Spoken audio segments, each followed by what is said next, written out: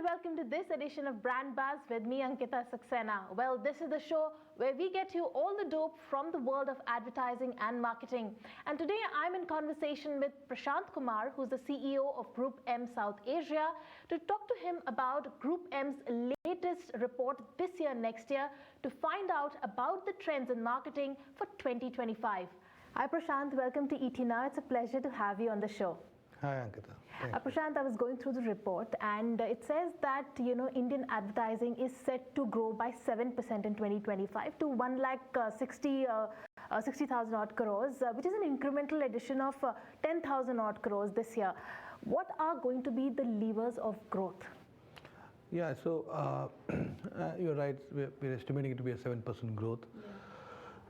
If you look at from different mediums, I think digital is growing around 11.5%, right? And it's one of the largest growth. In fact, it is also going to have a share of almost 60% of the overall ADEX, right? We're saying linear TV and streaming together, the CTV aspect of TV together is going to be flat this year. And about print and other media, they are going to have growth as well, right? Okay. That's how the overall 7% works. But the source of growth comes from, from the categories, right? FMCG continues to be the largest category, right? It's around 28% plus, from the contribution of that. And what's happening is there are 60% of the categories, categories like real estate, e-commerce, telco, technology, most of them, including SME, which is growing around 10%, right? And there is the rest of them which is growing at 3%. That's how it's averaging out to be 7%. FMCG is looking at estimating a growth around 3% is what is happening. However, it continues to be at the largest, category in terms of contribution. So these are sources of growth, and these are what is actually playing into different media growth also, which is formulating into a 7% growth. Right. Right. Prasanth, you mentioned a couple of interesting things. We'll go to all of them one by one. But the first interesting thing was the contribution of digital, which is a good 60% now. Yeah. Is it safe to say that digital has finally pipped television to it? Because, I remember a few years back, we were talking about how digital is, going to take over TV very soon. And you mentioned that already it's 60% of the ad pie, and TV is going to be rather flat this year. In terms of growth. Right. But, the share of digital, last year we had about 56%, we had estimated. And the share of digital has been in upwards of 50% for the last couple of years. Yeah. And even earlier they were the number one, right, category as such. So digital expansion has happened. And it's also true that the ingredients of digital expansion like retail media, for example, the entire commerce aspect, they all expanded much more, right, year on year. And that is what is making them, to have a continuous growth from that context. Today, this year, we are estimating the overall linear TV plus streaming to be at flat growth from that context. But both put together, we continue to have closer to 85 plus share in the ADEX, which is digital plus TV. Right, so that's going to stay on, right, from that context. But any specific reason why the growth is flat this year? In terms of for TV? Yes. Yeah, see, I think we are seeing the expansion of solution on digital side to be far more closer to consumer, and many categories actually increasing the spends onto the digital aspect is one. Right. So that has eaten into TV's share, right? Digital. It's probably eaten into multiple shares of all media, right? For instance, including TV, right? Okay. The other one is that there is a set of large advertiser base for digital, which is also expanding its share in a certain form, right? I think the entire SME business is given a larger opportunity for digital, right? In fact, any media which has got the largest advertiser base, we all know it is expanded digital space, right? And then probably print will come, and then probably maybe out of home will come, and only then the TV thing comes, right? Because it's more confined to national advertising when it comes to TV, right?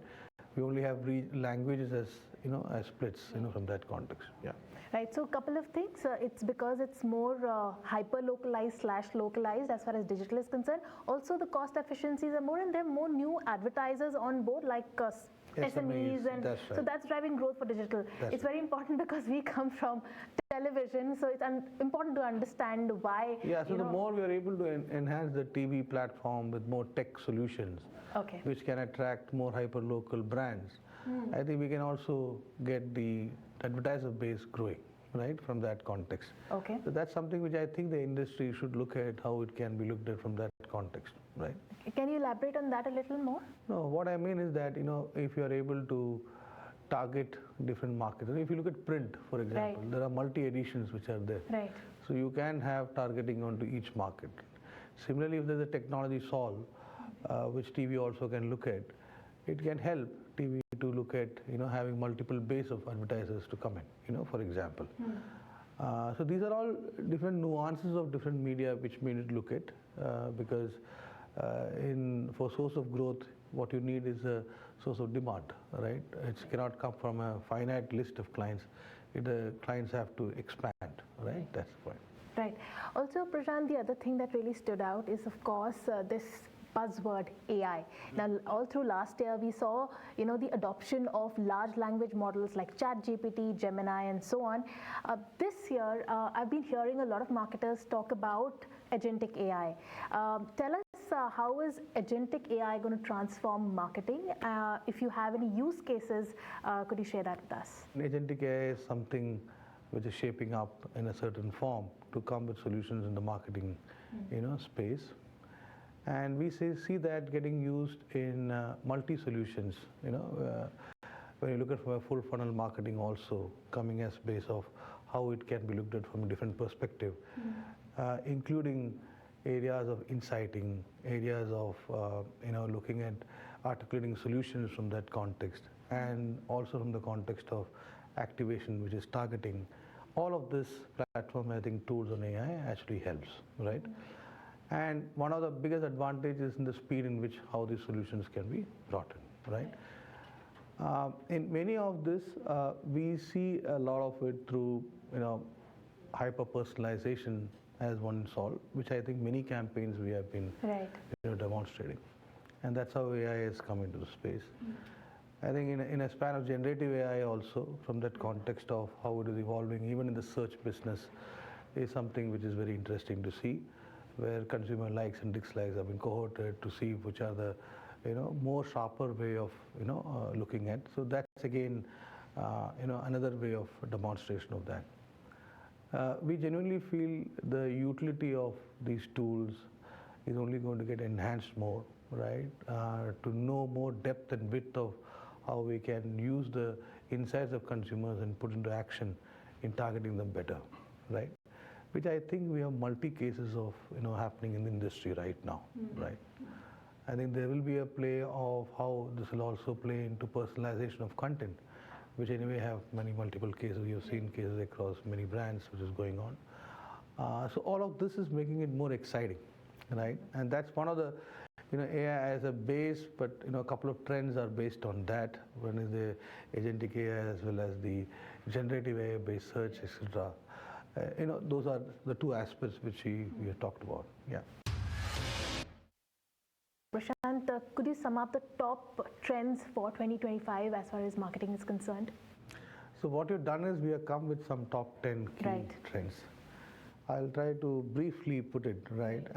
We are seeing, with all the technology enhancement and the data privacy actually, aspects actually revolutionizing the marketing framework, right? And as I mentioned earlier, how the technology is helping in terms of ability to focus on insights and shape the targeting for consumers for the marketing reason is something which is anyway getting enhanced and widening. The other aspect is on the commerce thing. The commerce, it's an expanding universe, including like quick commerce coming into that aspect, and it's a scaling up aspect that is happening there, which is also providing to let us know that every touch point is a media point and vice versa, right? So today, if whatever transaction point is there, it can be converted to media point, or every media point can be converted to transaction point, right? And in both form, I think there is an application of marketing which can be done. Okay. And it's also closer to the consumer, right? We also talked about, from CTV perspective, how CTV is growing, and including fast channels and streaming, getting a larger growth. So how this is actually going to play a larger role, and how we should look at that as part of the solution marketing. That's another one. We also talked about measurement, which is also from an integrated perspective, and how even the traditional M can be looked at from the context of a transparent way of looking at things. We also spoke about the entire VR, AR technology, as well as many events that we have seen, like even Coldplay, etc., and all, where all of this can be enhanced and used. So it's a collection of technology, data, the scale up, which is helping in insighting on consumers. It's a perspective of how a CTV perspective, how is it changing, the VR, AR aspect, the AI aspect, as well as how the fully integrated measurement is taken. So that's what we've shared in the terms of the top 10 key trends into the market. Right. Prashant, one of the top key trends that really caught my eyes was the quick commerce space, because quick commerce space is really hot right now. I mean, whether it's Zomato or Swiggy, the two listed players, or the competition coming in from Zepto. Tell us about quick commerce and the exponential growth, and the way a marketer should look at the quick commerce space. Yeah. So as we know, I think quick commerce already entrenched into the transaction space, that the transaction volumes have gone up. We have multiple players already. We feel that can only grow further. And today the play is more on the urban side, but that will get more interest into more tier 2, tier 3 towns. So all that is a scale up of the operations that will happen, which actually is bringing up more convenience to consumers, from that context. And what is also happening is, because there is a touch point there between the consumer, there is also a faster, because there is a lot of consumer understanding, likes, dislikes, as well as the consumer database which is building on, which can also be looked at from a solve of marketing, right? So that's also a space which is scaling up, and that's why we said it adds into the larger e-commerce retail media space, right? We see that growing. We see that initial 2 years exponentially growing, right? Which may mean it's a great solve to look at different avenues working along with the platform, how this can be an advantage or an edge for a brand solve. Right. I mean, I was coming to that. So these quick commerce players are sitting on huge amounts of data, and I mean the kind of leverage that they have with consumer data is because they are aware of the likes, dislikes, and the touch points. So that's a big advantage that the quick commerce players will be having going forward as well. But Prashant, another thing that I want to bring up is the incumbent players. We'll talk about the FMCG sector, which you said is still the largest contributor to ADEX. Yeah. But there's an overall slowdown in the economy, and even for the FMCG companies, the volumes have been subdued. Specifically, the urban consumption has slowed down. In this year, do you also see the FMCG, leading the way because of the general slowdown that we are penciling in? No, so I think yes, we are estimating there is a challenge on consumption, right? We have seen that everybody is aware on multi FMCG players going through that, even in other categories, right? It's not. But at the same time, it is one of the largest category. It is the largest category on ADEX, right? We are estimating to grow by around 3%, right? 3% is what we're estimating from that, and it continues to be the largest category, right? Now, if the question is that how are you looking at it, is there a slowdown in the economy from that context and so on? I think there could be avenues which are also expanding or horizoning the potential growth for many of these categories. For example, some of the policies and some of the government initiatives that should help in terms of the tax saving, expanding the consumer pocket, right? But all of this will only come towards the second half, right? And it's something that that we should be able to look at, right? So you expect the growth to pick up in the second half majorly? So we are estimating growth to be there in both the halves, but second half should also be growing, right? Right, okay. But there is an avenue in this form, right? We also estimate that there could be, a volume growth in some of the categories which can help enhance the further ADEX growth, as such. Okay. Right. We're also looking at from the context of, some of the initiatives in the GT and MT, which is the general trade and the modern trade, how it plays on some of the categories which can help some more growth in that context, right? So these are all aspects which will come in and play, and we feel that can help in a consistent growth. Maybe it is marginal, but in a consistent growth. But all of this is actually coming with, we being a market post-pandemic. When you looked at 21 and 22, I think those were the years where we had a larger growth, and we had, 23 and 24 tapered, where we saw the startup spends actually going out, right? And the base has grown up, right? And if I look at actually the growth of each medium in 25, each of the medium is actually going better than the global respective medium growth, right? Which is a good thing, right? Now, but at the same time, global 80% is digital, and we're only 60%, and probably that is why mathematically it is 7 versus 7.7.